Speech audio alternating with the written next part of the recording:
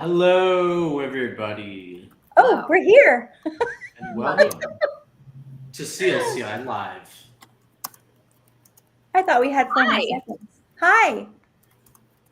We're here with special Which guest one? Misha Safran. Yay. Before we get started, though, be sure to like, subscribe, share, and comment on our videos. We love the interactions. We love the questions. We love answering the questions. We probably won't answer your questions while the coaching's going on, but we will definitely answer them afterwards. So please, yes, join in the hit that subscribe button too. Right now, give it a smash. Y'all are demanding. We are just going to dive right We into are. our topic. We didn't have a live last week, so we're continuing it into this month. It is Is it coaching skills or coaching tools 101? Skills. Coaching skills Skills 101. with C. Skills. I mean, kind Beyond of one and the question. same if you really think about it, but yeah.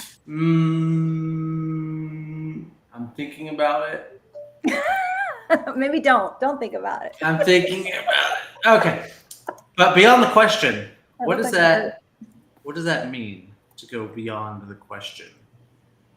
So in coaching, we want to really do. Hey, hello. I think that's Hi, Steve. Steve. Hi, Steve. Hi, Steve.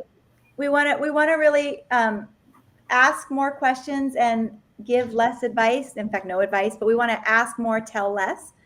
And so in coaching, oftentimes what happens is there are a lot of different things that happen besides the question. There's the presence, there's the pausing, there's the reflections, but that's for people to watch and see what happens, right? Yeah, I guess just to give people sort of a framework, we have our coaching go on for about like is it 30 minutes, 40 minutes of coaching? Minimum Minute. 20, maximum 20. 40. Gotcha. That's a big wide Good gap. to know. I didn't know what I was set up for today. And then we'll sort of dissect and talk about the coaching afterwards. It's kind of like Acme. It's kind of like Acme, but less professional because it's myself and Jerome giving our commentaries as well. Well, Lisa will give her. Yeah, but she's MCC. Oh, It's not interesting hearing the correct opinion sometimes. well, Jen can give it feedback too. Jen's an ACC. She can give That's true, feedback. so And I am close to PCC. I know you are. I'm getting there. Inching closer. Jen, you're wearing your Manitou spring shirt. Yes. Yeah. My baseline shirt. Yeah, Jen, do you wanna show off and brag in front of our captive audience? Do it. Yeah, I'll tell Brooke. Steve about it. So Brooke and I climbed 2,000 feet of elevation in less than a mile.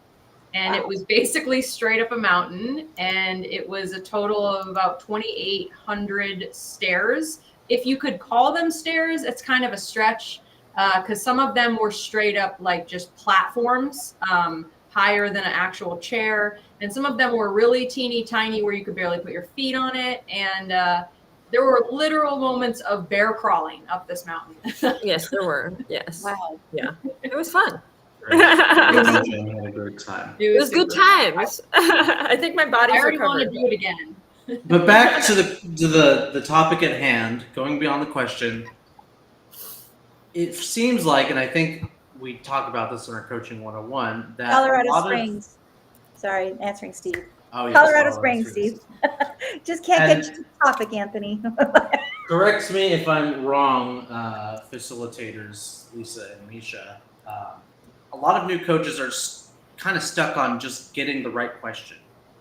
That's kind of like a habit we try to break people out of early on, is the idea of asking the right question and that focusing on questions.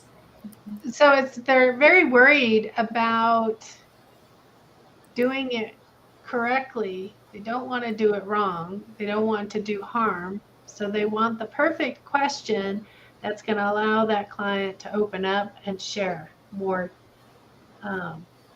details. Sorry, I got caught up in the chat there. Talking about Yeah. So I think one of the things that we work with students in the 101 class is really creating structure, that frame. We kind of put you in a box in coaching 101 so that you can really get the foundation. And then 102, we open you up and we allow you, well, you open yourself up if you're willing to really dive in deeper to who you are and what can occur for you in coaching so that you can maximize the session's impact on the client. And in doing all that, we kind of move you out of that rectangular or whatever square, whatever you're in. And it's so that you can kind of acknowledge, okay, we actually don't have to be perfect here. You're not going to really, unless you're a jerk, you're not really going to damage your clients. So there's really not really a right answer. Like all 6 of us could coach the same person and end up having the same outcome but we do it a different way because we're all different. And we could have asked, 100,000 different questions. I know I did that. I jumped from 35 to 100,000. We could ask a lot of different questions because we're all different people. But the client will still get to where they want to go because the client is leading, not the coach. Do you guys tend to, I guess this is more so for the mentor coaches and evaluators in the room, so Misha and Lisa again, do you tend to see like a hyper focus on questions like earlier on, like pre-ACC and maybe ACC level coaches, and then as people develop towards the PCC and MCC, they go beyond the questions and start to focus on developing those skills outside of just, asking questions? So I'm going to approach it from my experience and when I was learning. I didn't know what I didn't know until I started getting mentored. And so that step between ACC and PCC is completely different from when you start. I don't know if this is answering your question or making it a longer response. So the beginning or prior to even getting ACC, you're asking a lot of fix-it kinds of questions. Let's fix it. Let's figure out the problem and fix it. Or maybe even like closed-ended questions, like a lot of just yes or no questions. Yeah, a lot of advice. So I'm going to clarify this. Yeah. Your people are doing this, but it's not what we want them to be doing. Yeah. Right.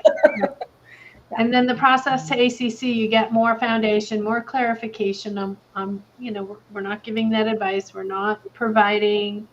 We're not the answer. We're not the fix-its.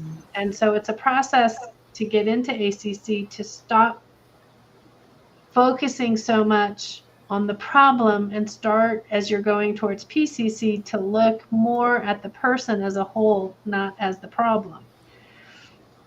It's so easy, especially when you're beginning, to just have the fixation on the problem because that's how we have been, funneled in our life and our society. It's all about 5 paces ahead. Let's fix it before it gets broken. And in this space, we are not being the engineer and being really thinking about what that next fixable moment is. It's just really how that client feels, what they're thinking, how do they want to feel after achieving something, really just gets into that space of their imagination of who do they want to be and how do they want to get there concept. There is still some focus but on the problem, but not so much at that point. It is much more on the person as a whole versus a particular problem, because a particular problem can be replaced with another problem, so you can substitute one for the other. We have a great question in the chat. And then I also have another question that I want to talk about as well. It's goal related that I think also falls in this topic. But let's answer this question real quick. Peachy Keen asked, I like your name, what do you do when the client doesn't know what they don't know? Is that advice or options we shouldn't be sharing? That's a great question. Does somebody else want to get it? This, I guess the assumption, the hidden assumption in this question is, but the coach knows. Does the coach know though? Well, the coach might presume to know that they know something that the client doesn't know, and maybe they're sharing. I think there's a big difference between like your client asking you, you know, like, what's the temperature outside? That, I mean, depends on where you're at though, too, right? Or what was the score of the game last night? And, but anything in a coaching session, I'm not sure that we have the answer to it necessarily, right? No, typically what we'll do is reflect what we've heard them say, because usually that first visit, if it's a first visit and they don't know what they want to be coached on. No, but I think this is like a situation where the client doesn't have the answer to something, right? Like they don't have the answer. Yeah. Like, you know, and I think this falls more in coaching for the problem. When we're coaching the problem and a client's trying to get from point A to point B, and they're unsure of the steps, right? And maybe we as a coach have some experience in a similar space where we took a certain amount of steps to get to maybe a similar place. But I want you to notice that a college kid trying to figure out, and he doesn't have corporate experience. There we go. So exactly. But where we have to be careful and check ourselves as a coach is we don't know what the steps are for that particular client. So we might have a knowledge of possible steps, potential steps, but for that particular client, we don't know what the steps are for them, and that we want to give them the opportunity to figure that out themselves. Yeah, so this is the opportunity where we can lean into asking them to define what they don't know, to find out what they believe they do know, and then find out what resources they have to get the information they want to know. And and that can be a very broad question, but clients typically say, well, I've got the internet, I've got friends, I've got a dad who's a professor, whatever that could be. But it's really allowing the person to explore the problem. We're finding out what's holding you back from finding out that information. What resources do you have? So would it be fair to explain the option, but lay it out just as that? Well, I mean, I don't know if I understand that so much. So I think it's a careful. So it's a careful line to walk, because we don't want to get into a space of advising, right, or consulting. Right. So it's better served for us to ask the client what options they are aware of, instead of presenting an option to them. And how they can find more options. And how they can find more options. Yeah. Our job as a coach is to help our clients become resourced. So it's not necessarily going to be resolved in one coaching session. Correct. It's going to take some time, because when someone's learning a new skill about research and where they have to go and what steps they have to take, it can be multiple sessions. So that's probably, if you're wanting to give the answer or different options, that's kind of speeding up the process. And but we're creating a codependency. Yeah. Because what's going to happen is, instead of our client learning the skill set they need to learn in order to be able to approach a problem and come up with options and opportunity later, right? So if we become that resource for them, it means we're creating a codependency where the next time they have something, they're going to be like, I have to go to my coach in order to figure it out. It's the difference between teach a person how to fish and give a person a fish. So we want to teach them how to fish as a coach. So instead of being the one who presents them all the options and letting them choose, what we want to do instead is show them they're capable of finding out the options themselves. Yes, Peachy Keen, exactly. Letting the client learn how to research to resolve. And so finding out, what do you know? What do you know you don't know? Where can you find out? Where do you think you can find out what you don't know? And people, places, things. What are the things that are coming to you so that they can research to resolve? Absolutely. That's a great question. Yeah, thank you for that. All right, are we ready to coach? Yep, I think it's a good transition now into coaching. So we will leave you guys to it about 30 to 40 minutes, but you guys can end the coaching session when it feels natural. Wait, 30 to 40 or 20 Pick to a 30? time, yeah. Let's just say 30. Let's say 30. Say around 30. Yeah. We'll say 30 minutes. It feels natural to end a session earlier, a little later. Go ahead. 40 sounds scary and intimidating to me for some reason. We'll say 20, and then Ended at 30. What? No, I said 40. So 30 is great. Oh. 30 is just 30. So for everybody watching, I'm going to be coaching Brooke, and we invite you to, we'll have a discussion afterwards, but we invite you to explore what else is happening in coaching other than questions. Okay, we will. I'm going to see close you everything guys out so in a I little can bit. ignore everybody and just have. How do I close the chat so I don't see people? Oh, well, You can. I they don't think you could chat. just exit out, and then I'm entering full screen, and You that can will enter full screen. You can expand to full screen, and then the chat will go away. Yeah, there's like a little box in the corner. To see Yeah. it. I'm delighted to be here. Okay, hold on. It's maximizing slowly. Okay. All right, give me just 1 second, Brooke. I'm going to just center.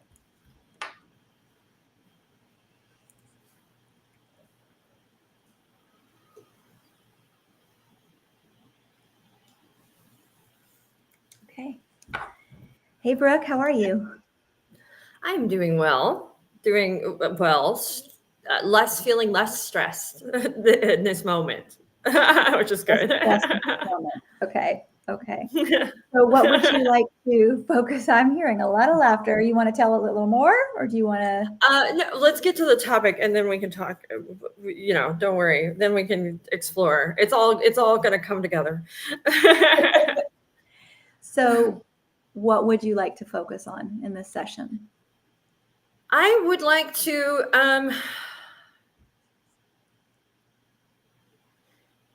it's kind of I don't know if they are connected or one and the same, so I'm going to just sort of verbalize it and then figure it out. I'm experiencing I've been experiencing a lot of stress, and I think that stress is reasonable stress. However, I think what's accompanying this stress and this big change in my life, I'm moving and I've got to do all these things. And it definitely, for somebody who has ADHD and, is neurodivergent and other, just isn't, it can cause a lot of, it feels a lot like my life is kind of in a whirlwind at times. And I'm finding I'm getting, there's a lot of judgment, internal judgment that's coming up, where I am just sort of passing a lot of judgment on myself. And I'm finding there's a lot of concern and worry, I guess, about other people judging me too in this process. And I would like to not have that feeling. I think I don't want it. So you think you don't want to have the feeling of this stress and that judgment of yourself? I think the stress is just going to be there. I think that's sort of just part of this process, but it's the judgment part. Like and I say I think I don't want it because I don't know if it's something I can just like kick to the side, right? But like I think it's about exploring it and coming to terms with it and coming to a place that feels healthy and productive instead of sort of afraid and hurtful, I guess. So in this session, you want to talk about how this has been impacting you, this judgment of yourself, and find a healthy place to be with that. Yeah, I mean, I guess it is talk about how it's been impacting me, and then think about just how, like, when these feelings come up, it's sort of like I just want to be able to just like set them aside and be productive instead, because it's not productive, and I have to be productive. I'm moving. I have to be productive. I have to get these things done, and I can't let these like insecurities and judgmental moments where I'm afraid people are going to judge me and I judge myself get in the way of me getting things done. Is really what it is. Yeah. So what I'm hearing you say, Brooke, is that you're moving, you're judging yourself, you're concerned about other people judging you, and that it's getting in the way, it's distracting you from the actual productivity of the move itself. Yeah. And you have to move. I have to. And so you want to be able to set aside these judgments and focus on your to-do list. Yes. That. And just for clarification, is this a temporary setting aside of your feelings of what's going on? I know that this is something that like extends beyond this particular situation. And I think that a learning will come from this particular situation. But I think for me, it's easier for me to address it in this particular situation so that then I can take that a learning and possibly apply it in other places. But at the moment, it's like I have to address this in this particular situation at the moment. Yeah. So what needs to be addressed for us to address this judgment and putting this aside for right now so you can get productive? I think it's a matter of exploring like what those insecurities are, and as they like the ones that are coming up, and then just sort of like working through them and finding that place where I can go, okay, that's sort of silly or immature or not necessary, whatever it might be that we discover in this exploration of the particular insecurities that come up, and just sort of addressing them and learning to be okay with them, I guess, is what it will look like. So we just addressing each one and then coming to the other side of that. Addressing each one of the judgments. The judgments, yeah. Mm-hmm. Like silly. I mean, it might be silly. I mean, I'm sure, I mean, at the end of the day, there's a silliness there. But it's a silliness that is like, you know, I know as adult Brooke that it's not going to, but I have all this fear and swirly stuff that comes up in my head, and it feels, it makes me anxious and nervous and makes it hard to get things done. Yeah. And so when you consider setting these things aside, what then does it look like to be productive? I'm not letting all of those thoughts get in the way of just getting things done. Like they might come up, but I can just like boom and be productive instead of like sitting and not doing anything because I am letting the anxiety win, where I like get frozen, essentially. So the anxiety freezes you? It does. Yeah. It makes me not want to do anything. It's easier to just like sweep it away. What is the anxiety? Oh, it's all that fear of judgment and rejection. And I just have images of like, it's so funny. And this is where I say it's silly, but like in my head, like everybody that is going to help me in this process is going to just like point their finger and laugh at me and judge me in one way or another. Because I have so much stuff, and that's awful silly, you know, but it comes up, and there's like a fear of letting people into my safe space that is my house. And there's just a fear of judgment that comes up with it. Tell me about the tears. It's that judgment, you know.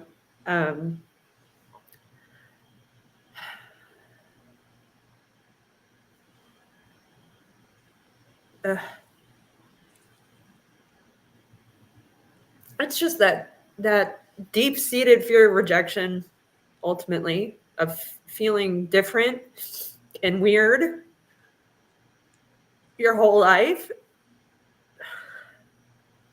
like growing up and everything, and just, even though I'm not that different, I'm not that weird, but there's just something in me that has always felt weird and different, and is afraid that people aren't going to like or accept me, you know? Yeah. And I'm hearing that you also judge yourself. Well, yeah, because I'm the one that thinks I'm weird and different. Like, I'm the one that carries that with me, not other people.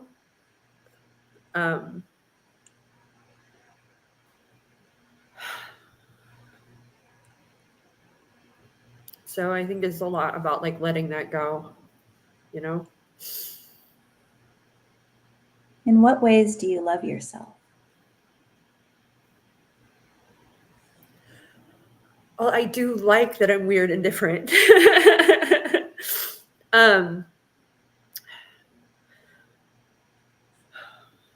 I mean, there are absolutely, I do like that part of myself. I like that I'm weird and I'm different, but there is a feeling of safety or security in like sharing that with others, you know? I used to be like, you know, I tried to be as different as possible and as weird as possible just to like keep people that would judge me away from me. So, you know, I got myself tattooed. I got, you know what I mean? In the hopes it would keep people that would judge at a distance. But that didn't work. I'll tell you that much.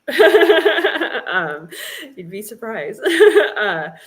But like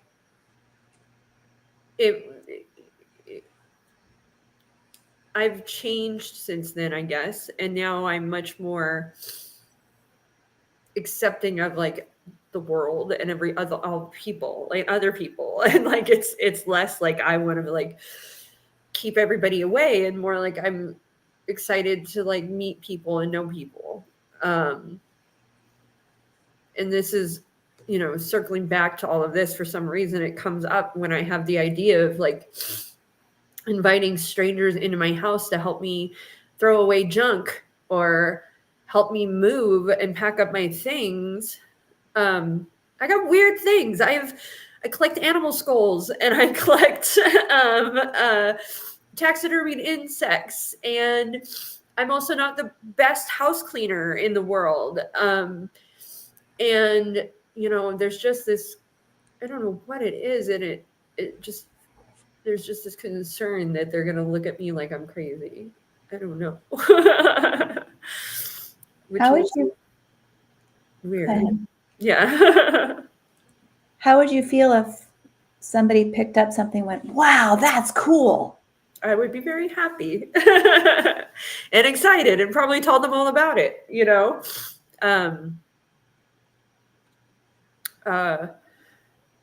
Yeah, I mean, that would be really neat. I would appreciate that. I'm sure there'd be a sense of pride there. Yeah. I have a word that's coming to me and I'm wondering if I could share it with you. Mhm. Assumptions. Well, me assuming what people, yeah, God, yes. I mean, I'm very good at catastrophizing and living in like the worst possible scenario. And stressing about the worst possible scenario. How does that serve you? It feels safe. It feels like if I assume the worst will happen, I can do everything I need to do to prevent that from happening, or to keep that from happening, or to be able to handle it if it happens. So like I'm very good at playing that out, so that I can hopefully prevent it from happening, really is what it is. Does it not happen? I mean, most of the time, yeah, of course. Of course, yeah. Most of, like, you know, almost always. It doesn't happen. And it's funny because like I can be very positive and like person too on the other side of things. Like I can absolutely be very optimistic, but when it comes to people's judgment of me, I often assume the worst.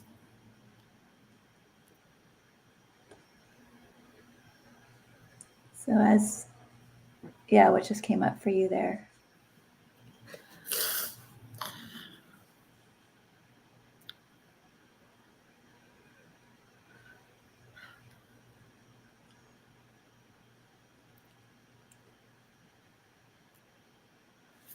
Give me a moment.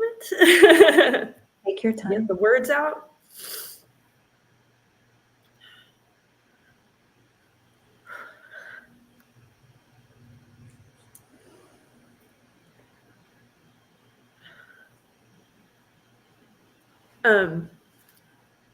So what comes up is that it's not fair to me.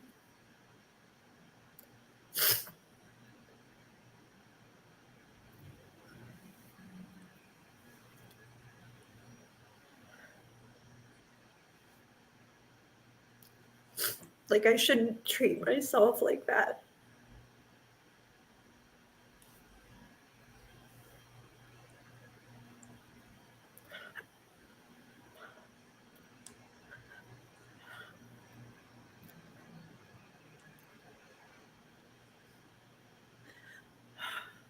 Like I would love to get to a point that I know how to love and accept myself.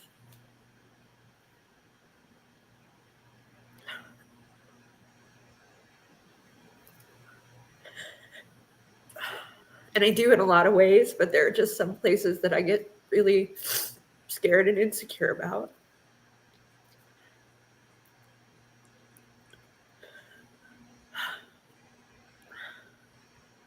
Thank you for sharing that.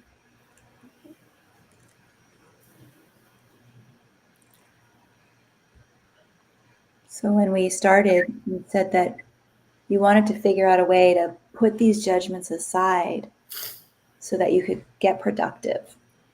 Yeah. By the end of this session, how will you know that we've been successful in doing that? Well, I think it'll just be that I can, I guess, be fair to myself and extend myself a level of understanding and care that I would extend to other people. Be fair to yourself and extend a sense of love and care that you would extend to other people. Mm-hmm. And so how do you feel about giving that to yourself? I mean, it feels natural. It feels like what I should do. I also still feel this sense of like anxiety, like it's gonna be hard. In the moment of like just having people come in and like sort through a bunch of stuff that like I know is a junk and we got to throw out, but I can't do it by myself. I really can't at this point. And I part of me is like, just find the time and magically you'll be able to, but like that's not gonna happen. It's not realistic, and I'll make myself miserable trying to do that. So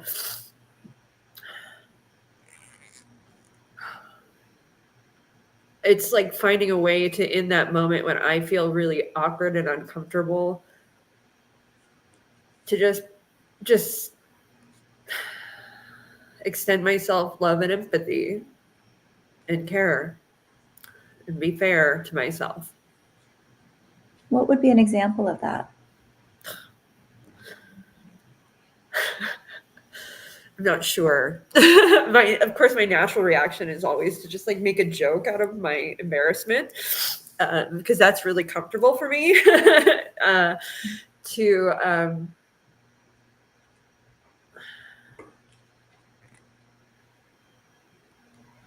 But what I feel like what I need to do is just to like, probably when I start to get really awkward or uncomfortable, and I notice those, I'll start to talk more, or I will, when I get anxious, the things that happen and I notice as symptoms that I am anxious, maybe it's just to like breathe and reset in that moment and just remind myself that I'm okay.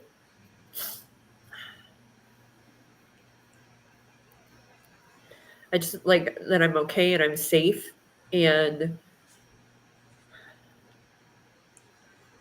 that, I mean, honestly, whatever anybody even thinks, at the end of the day, I'm going to get this done and be okay and be moved and be in a new space. And I'll be okay and I'll be safe, you know?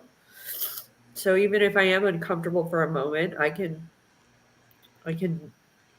just breathe through it and be okay at the end of the day.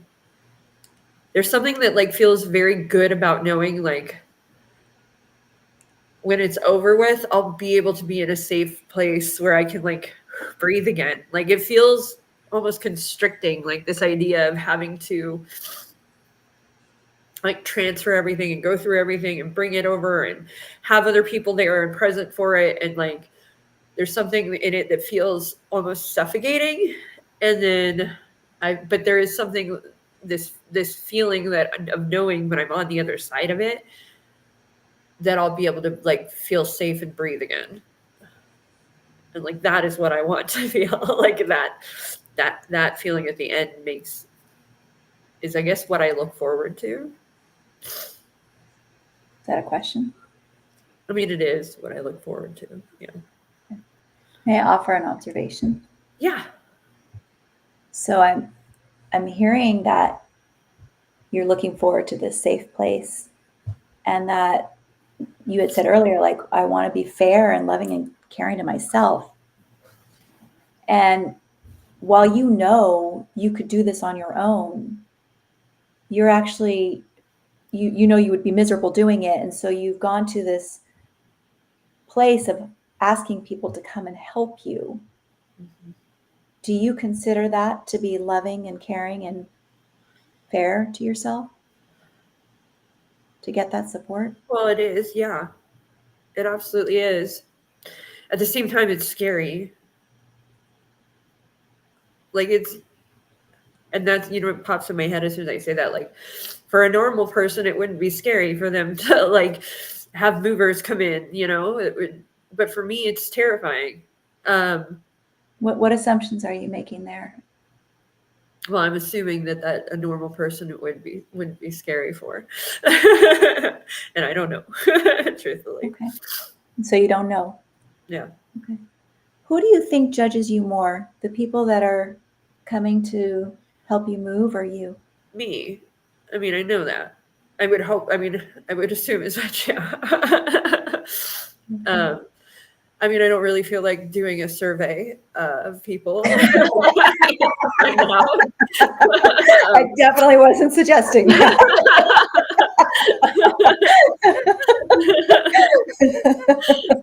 Okay.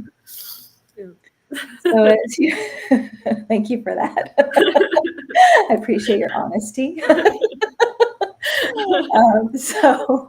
So when you think about this fair, loving, kind act that you're doing for yourself and getting people to come and help you, it is scary, and yet you're doing it for yourself, right? So when you think about setting aside these judgments, you mentioned I could take a deep breath and recenter myself when I start to feel anxious.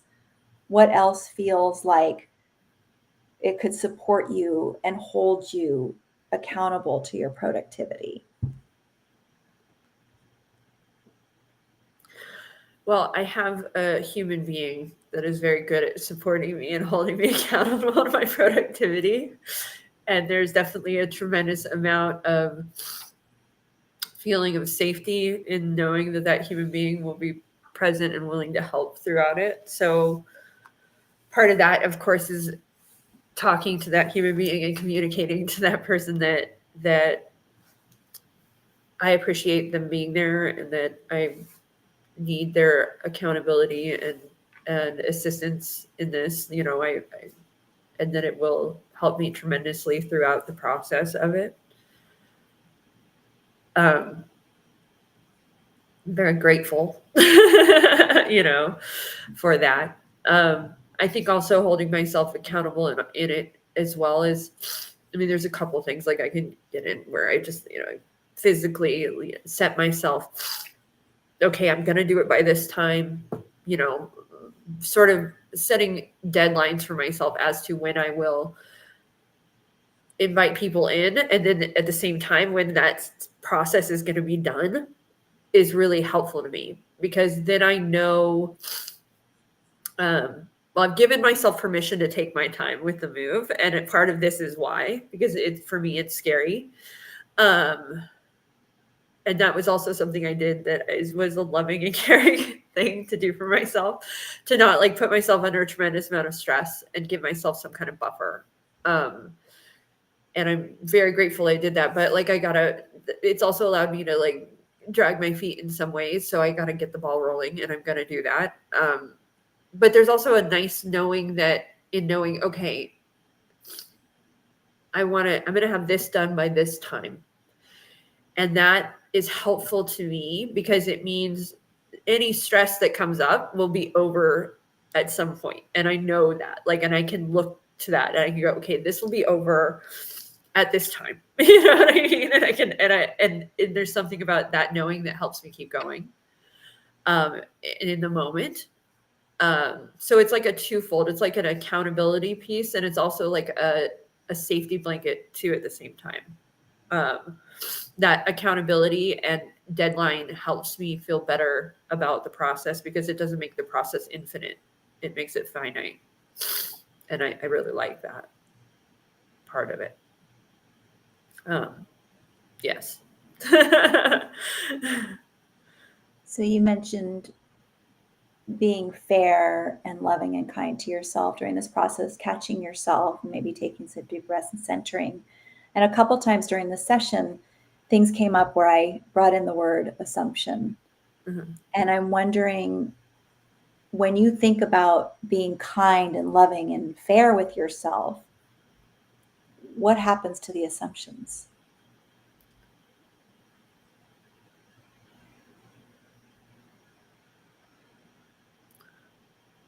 Well, the assumptions about what other people are thinking,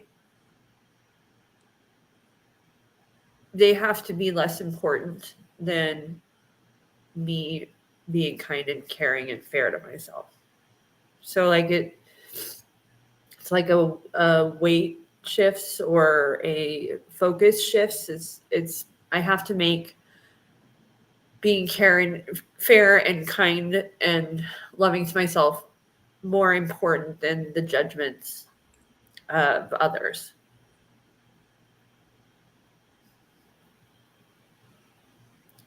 It's like a weighting, you know, like it feels like I just see a big weight, a heavy weight.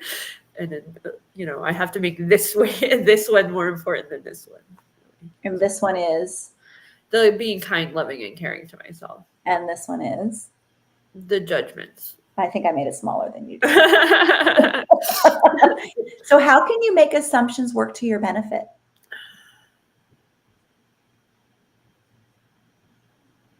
Oh, you're stumping me on that one. What kind of assumptions can you have that could actually support you during this move?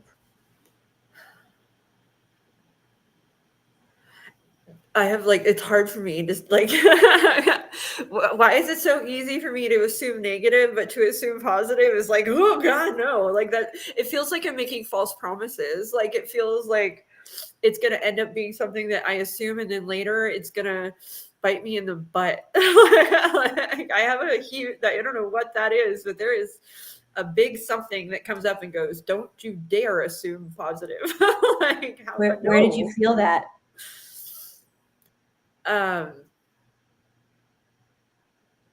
Honestly, it's in my head. That's an in my head thing. It's 100% in my head.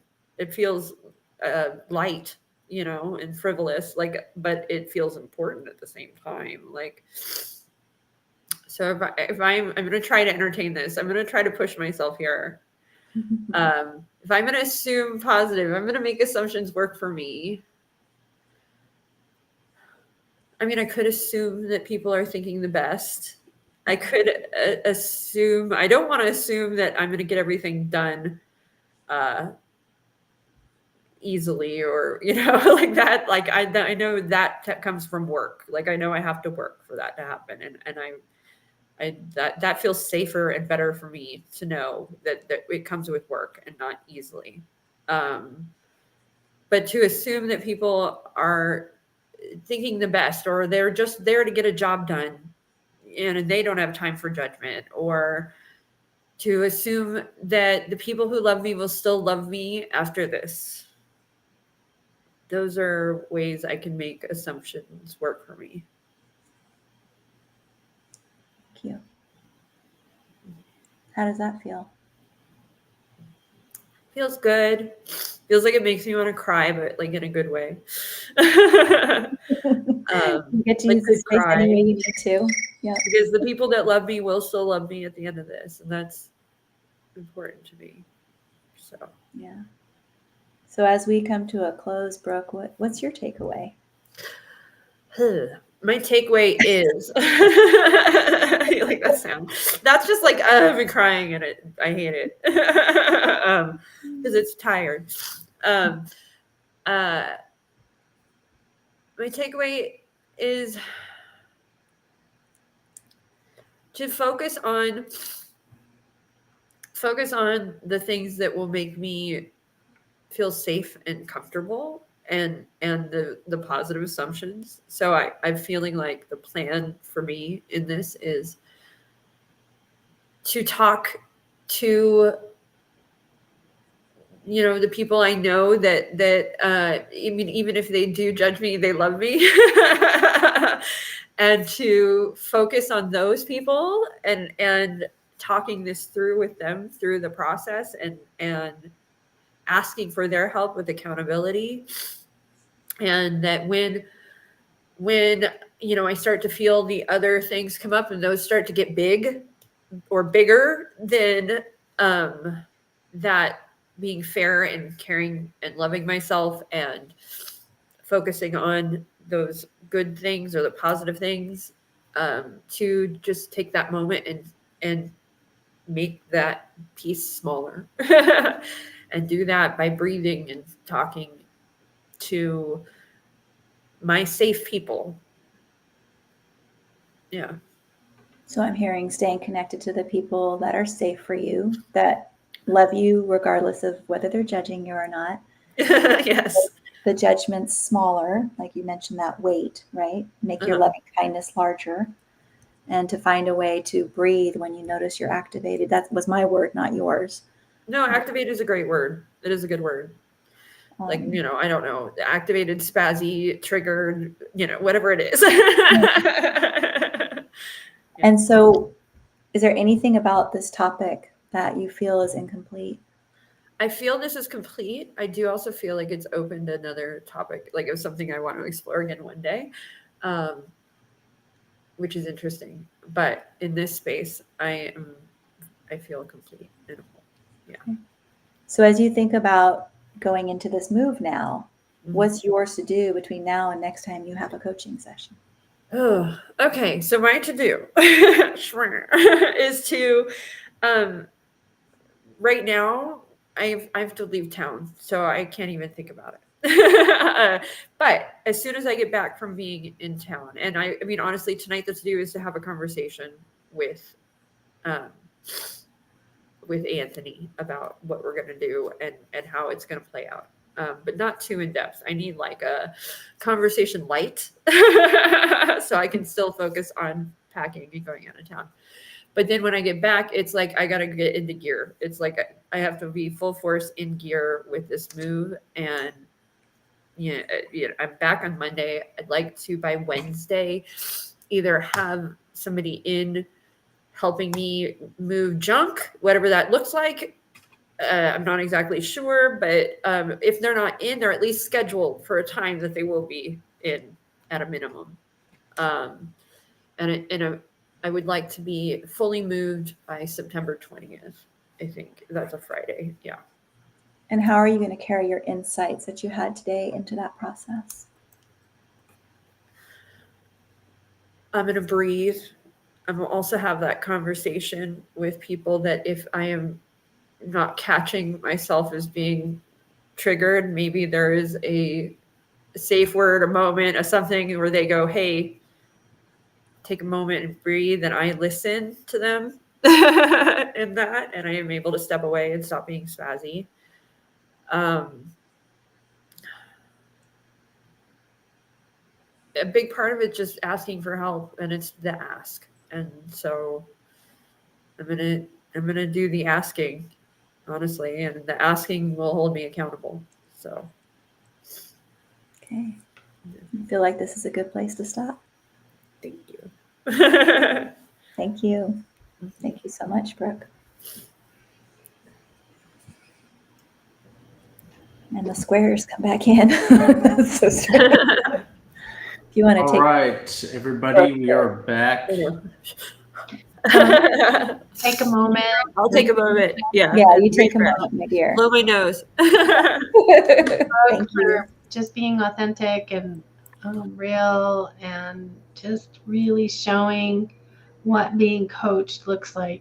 Yeah. Thank you for opening your heart and just really putting it on display. Misha, thank you for doing a phenomenal job coaching her and just letting it flow the way she answered and brought things up, and you just stayed with her and honored who she was. Thank you for doing that. Thank you. So for the observers here, I know we got a little bit of time. When did you notice Misha, and I guess the whole shape of the coaching session, go beyond the questions? So I have a list. Should I just start into my list? Go for it. Okay, so from the very first part of the coaching session where Misha asked Brooke, how is she? And Brooke says less stressed, but the way she said it clearly had something underlying it. Misha immediately reflected that back and then did what I would call invitation with choice. So she reflected it back and then said, would you like to say more about that, or do you want to move to your topic? Keeping Brooke in choice. I thought that was just beautiful right from the start. Then there was tremendous neutrality in expression. There were many times when I was finding myself mirroring Brooke's expressions, and I was noticing very clearly that Misha was not doing that. She was very neutral, and that felt very calming to me. It felt very grounded. So I would say presence. There was a big moment of silence when Brooke was really feeling her emotions, and Misha was silent, but there was so much empathy coming from her and just from her expression. Again, it was very neutral, but it was so present. She also had this clear belief in Brooke in that moment. There was no rescuing. It was like, nope, I know she's capable and I know she can handle this. And Misha fully supported that moment beautifully, I thought. There was another part. It's like a 3-part thing that Misha did. So the first one was ownership. I have a word that's coming to me. The second part is seeking consent to offer. I'm wondering if I can offer it. And then the third part is offer without attachment. And she simply just said assumption. And then from what developed after that, there was clearly no attachment. She was offering it as a potential moment to move the conversation either towards that or away from that based on Brooke's response. I thought that was really amazing. And then I love the gentle challenge of, is that a question? When Brooke said something, but she had the tone that she was questioning it. So even though that's a question, is that a question? It was more of like a challenge question in a sense that was just perfectly placed. And then the shared laughter moment was super authentic and it felt really warm. And there was just such great rapport and connection there. And it did not feel contrived or forced. It was just natural. And I'm glad we spoke about it in the chat. I noticed that because it is, I think, important for us to be human, not just coaches. We need to be human beings too. And Misha displayed that really beautifully. So that's my list. Wow. Thank you, Jen. I just finished reading the chat too. Thank you, Steve, for your, I like that, Zen Master.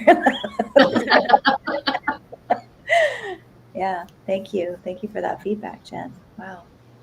Yeah, you took So- them all, Jen. You took all. Yeah, that was a pretty comprehensive list. So I will That's point out, I Jen. like the laughter was my favorite part. Honestly, you kept the integrity of the session. I thought. Lisa, did you see anything that popped out at you?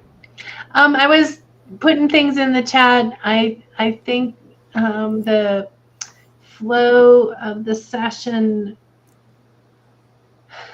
it just moved in a way that worked for Brooke.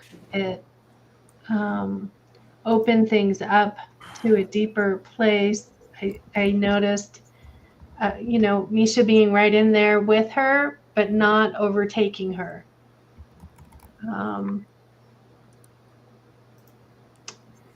The chat's popping up. The idea of somebody put in the chat, the idea is this a therapy? No, it wasn't developing into therapy. It was in a self processing, working something out. And Misha just really gave her that space to do that. But yeah, I want to invite Brooke to share what her takeaway was. I was what the greatest gift for me as somebody who's been coached by people who have led me and people who have not led me, like, who I felt like I was being led down a certain path. I felt none of that with Misha. I felt like I could just explore freely with Misha. And I felt supported to explore freely and not like somebody was guiding me in a particular direction. And I really rebel against that feeling with people if that comes up for me. And I've had coaches do that with me where I felt like they wanted me to go a certain way and it wasn't where I wanted to go. And I get stuck in this space of people pleasing. And then I don't get to work on what I really want to work on. And so I didn't get any of that in this session. I felt like I was just free to explore and who I was and without judgment and without an agenda other than the agenda I had. And so I really appreciated that. I also appreciated her bringing me back to, the reminding me what the contract was, what we were there for, doing that with me, having those check-in moments with me, because they did come up. And I appreciated that because I can sort of deviate away. And then, so having just that gentle reminder or that gentle, just something, it will bring me back to what we're here for. And often it's all connected, but she allowed me to explore that and find that connection without, there were times that probably where I even noticed, I was like, well, this is a little, we weren't not exactly what we were talking about originally. But then I was like, but it's related. But there was never, Misha never made me feel like I was judged for not being on topic. You know what I mean? I was able to explore as I needed to. And I appreciated that. Yeah. I want to just address Steve's question real quickly about the mention of anxiety and under the impression it could drift into the realm of medical possibility. In the conversation, it's probably the coach's, up to the coach's judgment to sense whether is this anxiety being used in the colloquial sense or is this like a medical diagnosis, or, are we dealing with symptoms of anxiety like per the DSM-5? Well, and I'm like the perfect example of the person that's been diagnosed with all of the things. And but I think because I've been diagnosed with the things, I use those names. Like I know what anxiety feels like in me. I know when this is a symptom of my neurodivergence or what have you, typically because I've been diagnosed, but it doesn't take me out of being able to be coached because we're not treating those things. Mm-hmm. Yeah, and that I just want to speak to that as well. That she did say it a couple of times, and that's why I asked into it. But I knew that asking into it for me was to really determine, is she coachable? Are we going to be able to go forward? And if not, then I would make the determination of, I would then come in with, and Steve, I'm glad you pointed that out.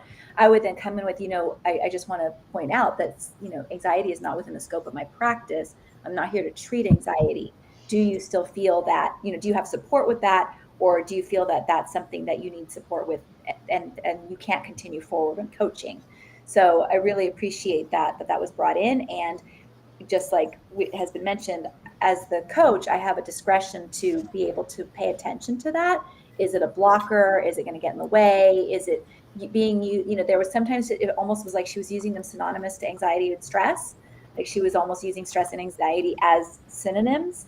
And so for me, that was an indicator that she knows what she's talking about. She's got help around that, and we're coaching on her move. And then Peachy Keen said, how do you handle tangents that seem to be important but may not be applicable? So I personally feel like tangents are almost always applicable. I think there is like maybe a 5% when a tangent is truly a tangent. And so when there is something like that, I will ask the client, we've been talking about this, and I've just heard you bring in this, and I'm curious what's most important to you right now.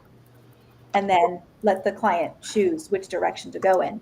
But more Maybe than even, Or you could even say, how do they relate? You brought this in, you brought this right. in. How do they relate? How are they connected? Absolutely. Okay, we got to see you, Brooke. Take care. Thank you so much. Thank you guys. Thank you, Thank you. Misha. Thank you so for much. touching me and everybody in live land.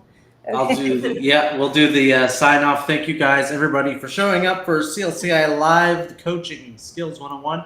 I don't know if we're going to continue Coaching Skills 101 or we're going to do a new topic next week. We will find out. You got really quiet. We can't hear you as well. We will find out next week if we're doing. That sounded like God. We're doing the warden voice. We're going to find out if we're going to do in Coaching 101 or Coaching Skills 101 or a different topic next Tuesday. But until then, be sure to like, subscribe, share, comment.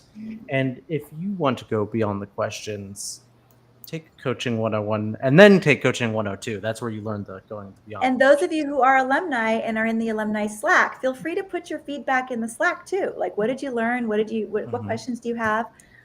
We're glad that you're here and hope to have your feedback. So thanks for joining us. Yeah. So be sure to tune in, guys, next week, and we will see you until then.